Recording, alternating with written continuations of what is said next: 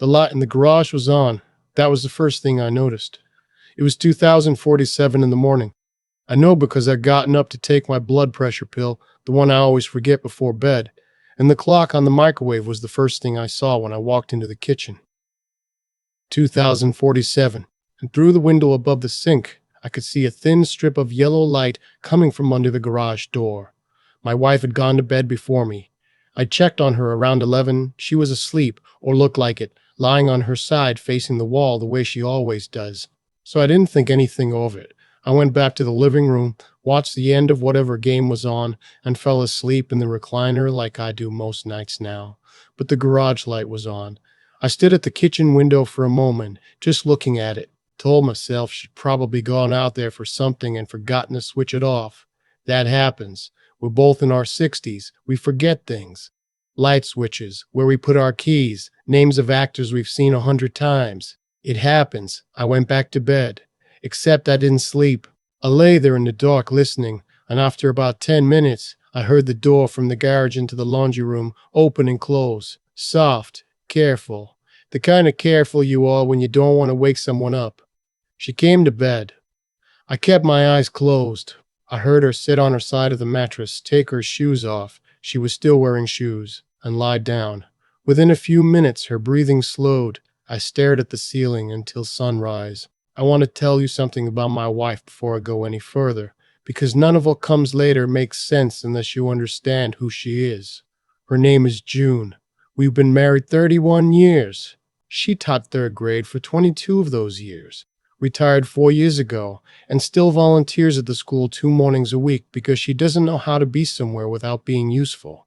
She makes coffee every morning, real coffee, not the pod stuff. And she keeps a notepad on the kitchen counter where she writes down things she wants to remember, birthdays, doctor appointments, the name of a book someone recommended at church. She is the most organized, most steady person I have ever known. I am a retired electrician.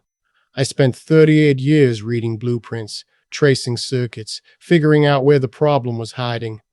You develop a habit of mind in that work. You don't guess. You follow the wire. So when I woke up the next morning and June was already in the kitchen making coffee, humming something low under her breath like nothing had happened, I sat down across from her and I watched her, and I followed the wire. "You sleep okay?" I asked. "Fine," she said. "You were in the recliner again." "Came to bed eventually." She nodded, poured my cup, set it in front of me. Her hands were steady. Her eyes were clear. She looked exactly the way she looked every other morning of our married life. But she'd been in the garage at 2:47 in the morning with her shoes on. I didn't say anything that day or the day after. I'm not the kind of man who confronts first and thinks second. I needed to understand what I was looking at before I said a word. I started paying attention. The next week, I noticed she'd started checking the mail before I got up. We used to get the mail together in the afternoons, a small habit we'd had for years. Walk out to the box, sort through it on the front porch. Now she was getting it early. The recycling bin had things in it I wasn't supposed to see. I started picking them out. Envelopes. 3 of them over 2 weeks. Return address from a place called Meridian Financial Services in Columbus, Ohio. I'd never heard of it.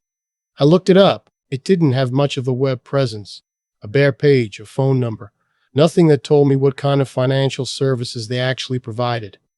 I checked our joint checking account. Nothing unusual. I checked the savings. Fine. I almost stopped there. Almost.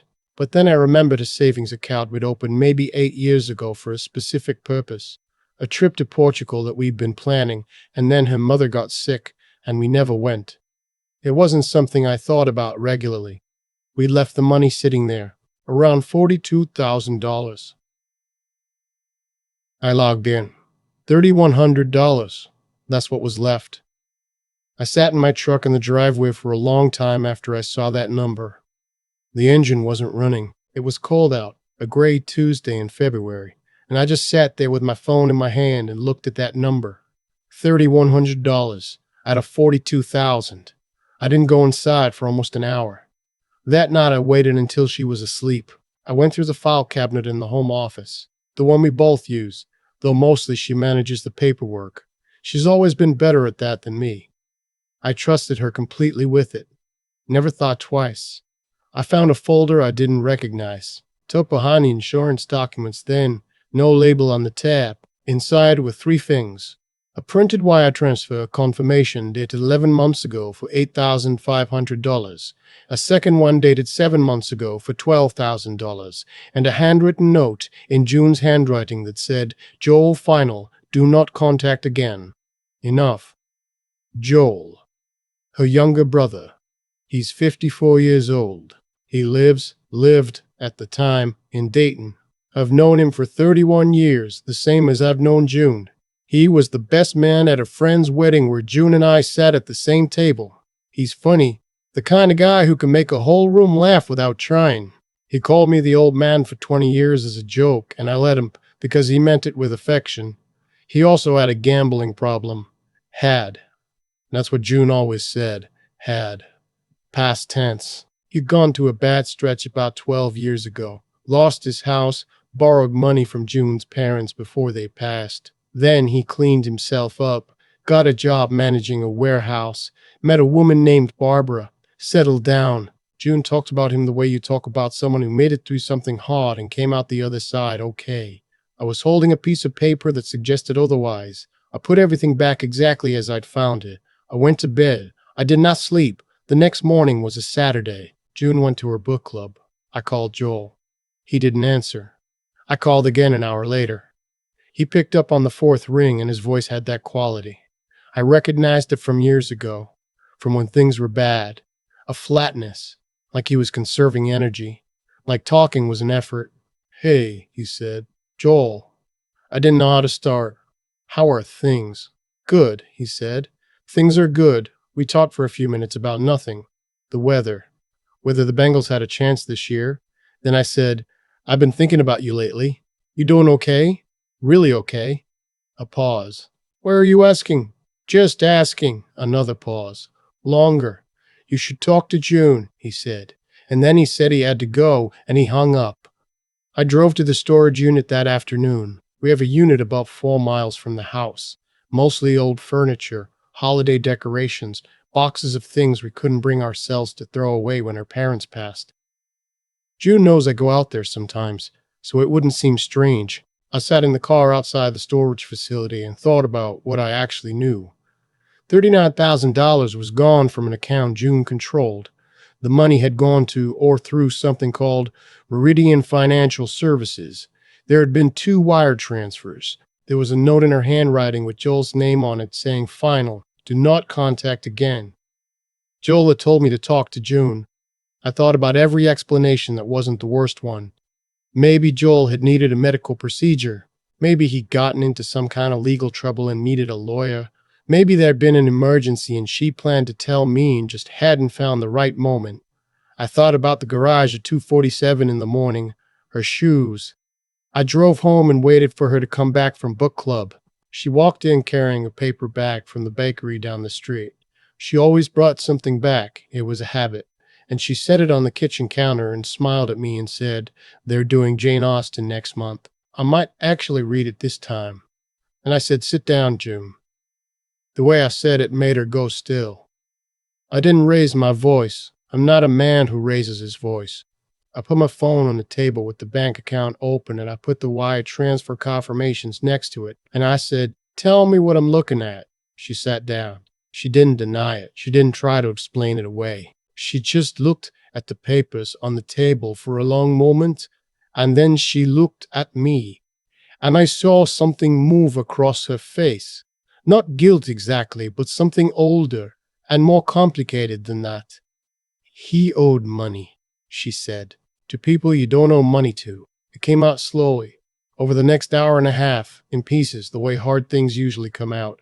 Joel had never really stopped gambling. He'd stopped the kind that was visible. The casino trips, the poker nights, and replaced it with sports betting, which had become easy and invisible in ways it never used to be. An app on his phone. He could do it from his couch at midnight and nobody would see. He'd been doing it for 3 years. By the time he called June 18 months ago in the fall, he was in serious trouble. He'd borrowed from a man named through a broker that Joel knew from an old job Someone who operated outside of banks and contracts and any system that had oversight. The kind of loan where the interest compounds in ways that aren't written down anywhere, and the person you owe doesn't send letters. He'd borrowed $15,000 initially. By the time he called June, the number had grown to nearly $40,000, and the calls he was getting had become threatening in ways he didn't want to describe to her in detail but did, because he was scared. June had asked him why he didn't go to the police. He'd told her that wasn't how it worked, that going to the police would make it worse before it made it better, and he wasn't sure he had time for worse. So she'd taken the money. Over 11 months in pieces, because she didn't want a large withdrawal to be noticeable. She'd negotiated through Joel to pay the debt in installments, $8,500, first as a show of good faith, then $12,000 more. The final amount, paid about 6 weeks before I found the folder, had cleared the balance. She'd done it without telling me because she knew I would say no. She was right. I would have helped you find another way, I said. There wasn't another way, she said. Not in the time we had. That wasn't your decision to make alone. She nodded slowly. I know. That was our money, June. I know that was our money, June. I know. Not yours. Ours. She didn't say anything for a while. Then she said, I couldn't let him get hurt. I couldn't do it. I know what I did. I know what I did. I know how it looks. But I couldn't let my brother get hurt over money. I got up from the table and went outside. I stood on the back porch in the cold for a long time, looking at the yard. I want to be honest with you about what happened inside me over the next few weeks, because it wasn't simple and it wasn't clean, and I don't want to make it sound like it was. I was angry, a deep, quiet kind of angry that doesn't go away quickly, the kind that settles in behind your sternum and stays there. Not because of the money, not exactly, though the money was real and the loss was real, but because she had looked at me every morning for 11 months and handed me my coffee and hummed something under her breath and let me believe I knew what was happening in my own home. 31 years. And she had looked me in the face every day and decided I didn't get to know. I didn't move out. I thought about it.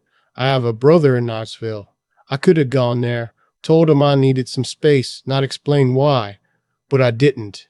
I'm not sure I could have told you exactly why I stayed in those early days. Maybe inertia, maybe something else. I called Joe myself 2 days after the conversation with June. He answered this time. She told me, I said. He was quiet for a long time. Then he said, I'm sorry. I know that doesn't. Are you getting help? Yes. Are you actually getting help, or are you telling me what you think I want to hear? Another pause. I joined a program in Dayton. I've been going for 3 months. Good, I said. And I meant it. I wasn't happy with him. I'm still not entirely, but I meant it. You're going to pay that money back. I know. Not to June, to us. It was our money. I know, he said. I know it was. The thing about the garage I found out later was that June had been driving to a pharmacy 3 towns over to pick up medication for Joe. He lost his insurance when he lost his job, which happened around the same time all of this was unfolding. And there were prescriptions he needed. She'd been paying for those too, smaller amounts, and picking them up in person because she didn't want a paper trail close to home. She'd done all of it alone for almost a year. I think about that sometimes. What it must have been like to carry all of that. I'm not forgiving it. I want to be clear about that because I think it matters to say it plainly. What she did was wrong. It was a betrayal of the trust that a marriage is built on. She made a unilateral decision with shared resources and then spent nearly a year lying to me by omission, every single day. But I also think about my brother-in-law, who I've known for 31 years, and what might have happened to him. I think about June sitting across from me at the same kitchen table 30 years ago, nervous and laughing, on our 3rd date, telling me that Joel was a person she'd called every time something went wrong in her life. Before me, he was that person for her. I don't know what I would have done if the situation were different, if it were my brother. I'd tell myself I would have come to her, but I'm 63 years old, and I've lived long enough to know that what you tell yourself in theory and what you do when you're terrified aren't always the same thing. We started seeing a counselor in March. June found her, a woman who works out of an office on the east side of town, been practicing for 20-something years. I went because June asked me to, and because I didn't know what else to do. I kept going because it turned out to be useful. One of the things the counselor said that I keep turning over in my head: secrecy in a marriage is almost never about the secret itself. It's about what someone believes would happen if they told the truth. June believed I would say no, and that my no would be final, and that she would have to choose between her brother's safety and my decision. She made the choice preemptively, so she'd never have to face that fork in the road. I've had to sit with the fact that she might not have been wrong about me, that maybe she knew something true about me, that I am practical and careful with money, and not always good at the kind of mercy that overrides logic. I've had to ask myself whether I made it hard to come to me, whether the man she's lived with for 31 years is the kind of man she could have told. I don't have a clean answer. The Portugal money is gone. We've accepted that. Joel has been sending $400 a month since April. He got a new job. Slower start than he'd like, but it's steady, and he'll keep sending it until the debt is cleared. It'll take years. We're not counting on it exactly. It's more like evidence. Evidence that the thing June believed she was protecting turned out to be worth protecting. We've changed how we manage our accounts. Not because I don't trust her, or not only because of that, but because we should have been doing it together all along. We go over everything together now. Once a month, at the kitchen table, coffee on. It's become a kind of ritual. Sometimes it's tedious. Sometimes I think about what that table looked like the night I put the bank statement and the wire transfers down between us, and I'm glad it looks different now. I asked June once, a few months into the counseling, whether she would do it again, if she could go back. She thought about it for a long time. She's honest, June. Whatever else happens, she's always been honest, when I actually ask. I don't know, she said finally. I'd like to tell you I'd come to you first. I think I would, but I was so scared, and I was so sure you'd say no, and I couldn't. She stopped, started again. I couldn't watch something bad happen to him, and nor I had the means to stop it. What about watching something bad happen to us? I said. She looked at me. I didn't think it would. I thought I could fix it quietly and we'd be okay. And we'd be okay. And now, she reached across the table and put her hand on mine. Her hand is smaller than mine, but it's always been warm. 31 years and it's always been warm. Now I know better, she said. Joel came for Thanksgiving. First time he'd been to our house in almost 2 years. He looked thinner than I remembered and older, but his eyes were clearer. He helped me with the yard work before dinner without being asked. Just picked up the rake and started in on the leaves like it was something he'd always done. We worked side by side for about an hour without talking much. At some point he said, I know I don't have the right to say this. Say it anyway, I said. I'm sorry for what I put her through, for what I put you through. He stopped raking for a moment. I've been a coward for a long time, about a lot of things. I kept raking. The program helps, he said. I don't know if it'll hold. I hope it does. I'm trying to make it hold. I thought about what the counselor had said about secrecy and what people believe will happen when the truth comes out. I thought about Joel at 54, calling his sister in the middle of the night because he couldn't call anyone else. It held today, I said. That's something. We finished the leaves. We went inside. June had the table set, the good dishes, the candles she only uses when someone's coming. She looked up when we came in from the yard, and something in her face relaxed when she saw us both there, still standing, still talking. I'm not going to tell you everything is fine. It's not entirely. There are still mornings when I wake up, and the first thing I feel, before I'm even fully conscious, is a low simmer of something I can't quite name. Not anger anymore, but not its absence either. Something that might take longer to leave than I'd like. But I'll tell you what I know. I know that my wife made a terrible decision for a reason. I understand, even if I can't entirely forgive the method. I know that she spent a year terrified and alone was something that would have been easier to carry if she trusted me enough to share it. I know that's some part of my job in this marriage. a part I maybe hadn't been tending carefully enough, was being a person she felt safe coming to. I know that 63 isn't too old to learn something. I know that we have a good counselor and a once-a-month ritual with the account statements and a kitchen table where hard things can be said now because they've been said there before and we both came out the other side.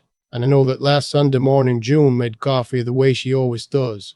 Real coffee, not the pod stuff. And she set my cup in front of me and sat down across the table, and we read the paper for a while without talking, the way people do when they've been together long enough, that silence isn't something that needs to be filled. The light in the garage is off. I check sometimes in the night. Not because I expect to see it on, more out of habit now. The way you check a circuit you've already confirmed is dead. Not because you don't trust the reading, but because checking is what you do when something matters. It's off. We're still here. I've been sitting with this story for a while now, trying to figure out what it actually taught me. Not the lesson you put on a greeting card, the real one, the kind that doesn't feel clean when it arrives. Here's what I keep coming back to. June didn't lie to me because she's a dishonest person. She lied to me because over 31 years, I have become someone she wasn't sure she could come to. That's not an easy thing to absorb about yourself, but I think it's true. And I think ignoring it would be the worst possible response to everything that happened. There's a kind of cause and effect in a marriage that works slowly, the way erosion works. No single moment you can point to, no dramatic turning point, just years of small signals. The way I reacted when she brought up lending money to Joel the first time. Years ago. The way I shut down conversations about his problems because I thought the practical thing was to let him deal with his own consequences. I wasn't wrong, exactly, but I wasn't fully right either. And she read those signals accurately. She knew what I would say. So she stopped asking. What I did with that money, practically, structurally, was less important than what I'd communicated without ever saying a word, that there were things she better handle on her own if she wanted them handled a certain way. I'm not letting her off the hook. I want to be clear about that. What June did required sustained deception over almost a year. That's not a single bad decision made in a moment of panic. It's a choice renewed every morning over 300 and some days. That matters. It did real damage. The trust between two people is built slowly and can be dismantled faster than either of them expects. And she knew the risk she was taking with ours. But here's the thing about cause and effect. It doesn't assign blame to only one party. It just describes what led to what. And when I'm honest with myself, the chain of events that brought June to a place where she felt she had to do all of this alone started long before she made her first wire transfer. The counselor asked me once what I wanted the next 10 years to look like. I said I wanted us to be honest with each other. She said, what would make that possible? And I had to think about it for a long time before I could answer. The answer, I think, is that honesty between two people isn't just about telling the truth. It's about building something between you where the truth feels survivable to say out loud. June didn't trust that I could hold what she was carrying without breaking what we had. Part of my job, going forward, is proving that wrong. Joel is still going to his meetings. He called last week, just to check in. He didn't ask for anything. That was new. I told him I was glad he called. That was new for me too. We're not finished with any of this, but we're still at the table, still talking, still showing up. And at 63, I've lived long enough to know that showing up, even when it's hard, even when the numbers don't add up, and the trust is still fragile, and the wound is still there underneath everything, that's not nothing. That's most of it, actually. That might be all of it.